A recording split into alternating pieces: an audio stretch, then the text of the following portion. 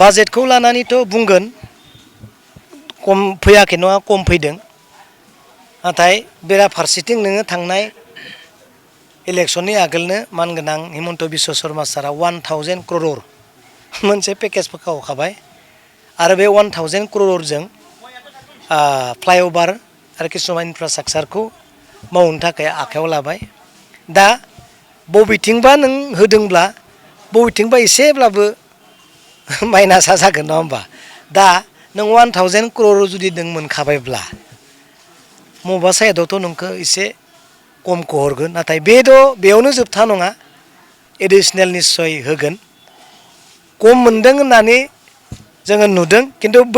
बिनि 3-4-5 माहनि आगोलनो नों 1000 crore मोनसे पेकेजफोरखौ फोसावखाबाय बेखौ रायजोआ फिसा फिसा खामानि मावनाय जायैलाय नुनाय नङा